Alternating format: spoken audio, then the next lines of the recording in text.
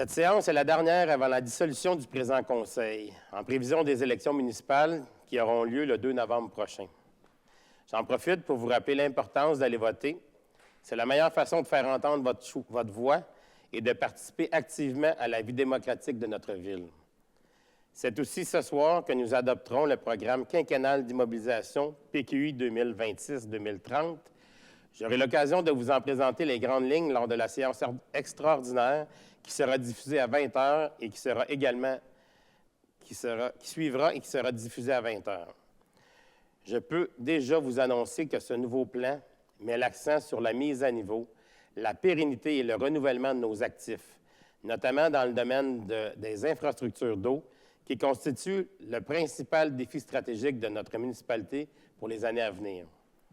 J'enchaîne avec les actualités municipales. Le 17 septembre dernier, la Ville de Saint-Hyacinthe a donné le coup d'envoi officiel des travaux de la promenade Gérard-Côté. Cette revitalisation était plus que nécessaire. Chaque jour, de nombreux Mascoutins et Mascoutaines et visiteurs arpentent la promenade Gérard-Côté et il était grand temps de lui redonner tout son éclat et sa vitalité. C'est un projet ambitieux, porteur et stratégique au cœur de notre ville qui ne manquera pas de marquer le paysage urbain et de contribuer à la qualité de vie de tous et de toutes. Cette phase des travaux, située du côté de la bibliothèque Théa Saint-Germain, constituera la porte d'entrée principale de la promenade Gérard-Côté. Pensée comme un véritable lieu de rencontre, elle accueillera citoyens, citoyennes, marcheurs, cyclistes et visiteurs. Le parc des Tisserands sera au cœur de cette phase.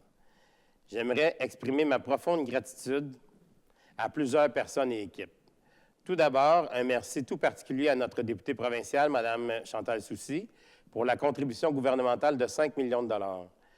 Je tiens également à saluer le travail exceptionnel de nos équipes des travaux publics qui ont consacré d'innombrables heures à ce dossier avec professionnalisme et dévouement. Et bien sûr, un grand merci à vous, chers Mascoutaines et Mascoutins, pour votre patience. Je suis convaincu qu'une fois les travaux terminés, la promenade Gérard-Côté deviendra l'un de vos lieux favoris. J'aimerais faire un bref retour sur l'événement Rencontre ta ville qui a eu lieu le samedi 20 septembre dernier. Cette deuxième édition a encore une fois de plus été couronnée de succès. J'ai croisé des enfants émerveillés et des parents heureux. J'ai aussi vu des citoyens, des citoyennes et des nouveaux arrivants discuter avec nos équipes afin d'en connaître davantage sur le monde municipal et les services qui leur sont offerts.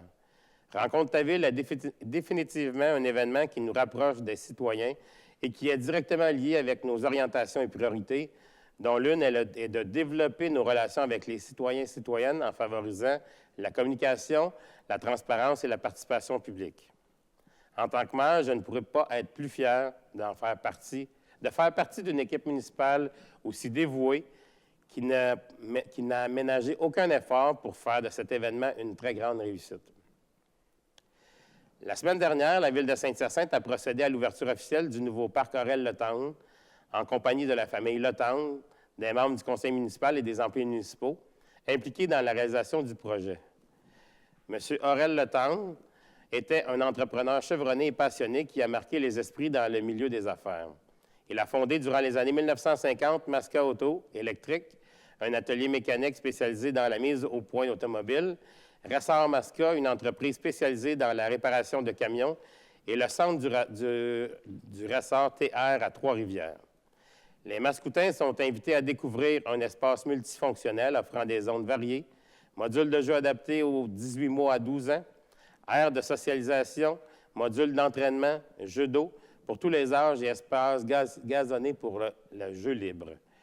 Le tout est relié par des sentiers piétonniers et polyvalents, avec des aménagements ombragés grâce aux arbres et aux 2 abris solaires. Je vous rappelle que le parc Aurel-Le-Tendre est situé sur l'avenue du Cadet, adjacent à l'école primaire, au domaine sur le Vert, dans le quartier d'Ouville. Plus tôt cette semaine, nous avons présenté le bilan final de notre plan de développement durable 2021-2025. Je suis très fier de vous annoncer que 87 % des actions prévues ont été réalisées ou amorcées. Parmi nos réalisations marquantes, mentionnons la création d'un plan d'accroissement de la canopée, la mise à jour de la réglementation sur l'utilisation de l'eau potable, l'installation de bornes de recharge pour véhicules électriques, la création d'un fonds vert, l'élaboration d'un plan de mobilité active et durable, l'aménagement d'un espace piétonnier au centre-ville, le soutien accru aux organismes en sécurité alimentaire et l'ajout de 250 logements sociaux et abordables sur une période de 5 ans. Mais nos efforts ne s'arrêtent pas là. Nos équipes travaillent déjà à planifier la suite. Saint-Hyacinthe engagé dans un avenir durable n'est pas qu'une vision du Conseil pour le présent mandat. C'est un engagement que notre administration incarne et fait vivre au quotidien. Selon les nouvelles orientations et priorités du prochain Conseil, un nouvel outil vous sera présenté en temps voulu. Hier matin, nous avons officiellement inauguré le nouveau parc canin situé au Parc des Sociétaires dans le quartier Assomption, en face du 1350 boulevard Laurier-S. Bien qu'annoncé initialement comme une solution temporaire, j'ai annoncé lors de l'inauguration que c'était un aménagement qui sera permanent. On a investi beaucoup d'argent dans ce parc-là, c'est tellement beau qu'on ne peut pas dire que ça va être temporaire puis le défaire un jour, il va devenir permanent. Il a été conçu pour s'intégrer harmonieusement à la nature environnante, en tenant compte du profilage naturel du terrain et de la canopée déjà présente, afin d'offrir un dénivelé varié et un ombrage naturel. Pour garantir l'accessibilité à tous, un sentier en poussière de roche relie le parc au stationnement. Le parc intègre également une approche durable grâce à l'installation de panneaux solaires qui fournissent l'électricité nécessaire aux opérations. Rappelons que dans le cadre des travaux d'agrandissement de l'usine d'épuration, la Ville de Saint-Hyacinthe devait relocaliser le parc canin voisin pour permettre la construction de nouvelles installations et assurer la sécurité des véhicules de chantier. Les installations situées sur la rue Giroir-Ouest sont donc désormais fermées. Bonne nouvelle pour les résidents du quartier Assomption. Hier, en après-midi, nous avons procédé à la pelletée de terre annonçant le début des travaux de la reconstruction du centre communautaire Assomption. L'inauguration est prévue pour décembre 2026. Ce projet de reconstruction a été l'occasion de repenser les espaces en fonction des besoins actuels et futurs. La Ville offrira aux citoyens et citoyennes des installations multifonctionnelles, accessibles, modulables et adaptées à divers besoins. Je rappelle qu'une offre de cours demeure disponible durant la reconstruction du centre communautaire. La majorité d'entre eux se déroulent au centre aquatique des Jardins. Consultez la page de la Corporation des loisirs Assomption pour tous les détails. En soirée, pour clore la journée d'hier, la Ville de Saint-Hyacinthe a honoré 24 personnes et organismes dont l'engagement remarquable a enrichi notre communauté à l'occasion de la soirée annuelle de reconnaissance des bénévoles. Saint-Hyacinthe se distingue par de nombreux aspects, mais l'un des plus remarquables est sans aucun doute la qualité et la générosité de ses bénévoles. Chacun des gestes posés par ces individus dévoués ont des répercussions positives et durables sur notre collectivité. Bien que je ne puisse pas tous les mentionner ici, je vous invite à découvrir la liste complète de ces précieux bénévoles sur le site de la Ville de Saint-Hyacinthe. À tous ces héros du quotidien, un immense bravo et surtout un très, très grand merci. Demain, nous allons inaugurer Rivage, une œuvre d'art public érigée devant la bibliothèque Théa Saint-Germain. Conçue par Étienne Paquette, artiste reconnu en création médiatique et numérique depuis plus de 20 ans, cette sculpture lumineuse est immersive, invite les visiteurs à marquer une pause et à se laisser porter par la poésie des jeux de lumière. Ce projet découle du concours Intégration d'une œuvre d'art publique signalétique du pôle culturel de la Ville de Saint-Hyacinthe, lancé en juillet 2023. À l'intérieur de la bibliothèque et toujours en lien avec l'appel de projet de 2023, une deuxième œuvre a été présentée au lieu dit de la Cascade, conçu par le Centre d'histoire de Saint-Hyacinthe. Cette borne interactive propose une véritable immersion dans l'histoire mascoutaine. Grâce à 31 capsules vidéo et à des documents d'archives, les visiteurs peuvent découvrir des portraits de mascoutins et de mascoutaines ayant marqué la ville à travers 3 époques et 3 thématiques liées à ce lieu emblématique. Diffusées sur les écrans géants du hall d'entrée principal, ces capsules offrent une expérience unique au cœur de la mémoire collective. J'aimerais maintenant parler de cohabitation sociale. Comme plusieurs villes du Québec, Saint-Hyacinthe fait face à des enjeux grandissants en la matière.